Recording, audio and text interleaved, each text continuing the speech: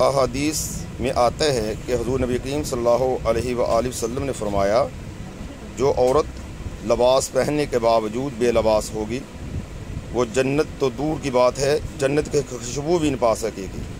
احادیث میں آتا ہے کہ جنت کی خوشبو ہزاروں میل سے جنتیوں کی آئے گی، لیکن جو عورت لباس پہننے کے باوجود بے لباس ہوگی، یعنی جن کے کپڑے اتنے چست ہوں گے کہ ان کا جسم نمایاں ہوگا، تو وہ جنت تو پا نہیں سکتی، جنت کی خوشبو بھی کوئی ان کو نہیں پہنچے گی۔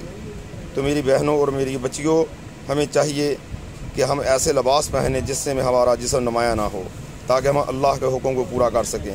اس دنیا کے اندر ہم نمائش کے لیے نہیں آئے اور نہ عیاشی کرنے کے لیے آئے ہیں، اس دنیا میں ہم اللہ کے حکم کی فرما برداری کے لیے آئے ہیں۔ ہمارا اصل مقام جنت ہے، ہم جنت سے آئے ہیں اور جنت میں ہمیں واپس جانا ہے، لیکن ہمیں اللہ کے حکموں کو مان کے جنت میں جانا ہے۔ نافرمانی سے جنت نہیں، جہنم ملے گی۔ اللہ ہمیں جہنم سے محفوظ فرمائے اور اللہ ہم سب کو جنت عطا فرمائے، آمین ثم آمین۔ السلام علیکم ورحمۃ اللہ۔